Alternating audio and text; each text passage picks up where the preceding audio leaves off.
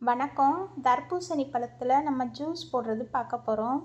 பாதி பழம் எடுத்து நம்ம அதை கட் பண்ணிக்கணும். நல்லா ஸ்லைஸாக போட்டு அதை நம்ம கட் பண்ணி எடுத்து வச்சுக்கணும்.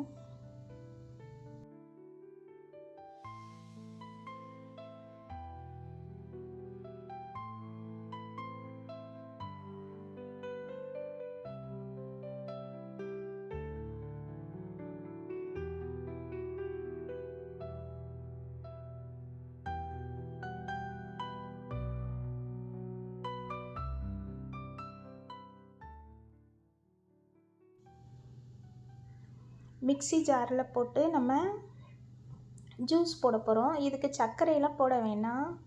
இப்போ இந்த பழம் நிறைய கிடைக்கும், வெயிலுக்கு நல்லது. போட்டு சாப்பிட்டுக்கலாம், ஜூஸ் குடிச்சிக்கலாம். பழமாக சாப்பிட்டா இன்னும் நல்லாயிருக்கும். ஜூஸ் போட்டு குடிக்கலாம் நம்ம.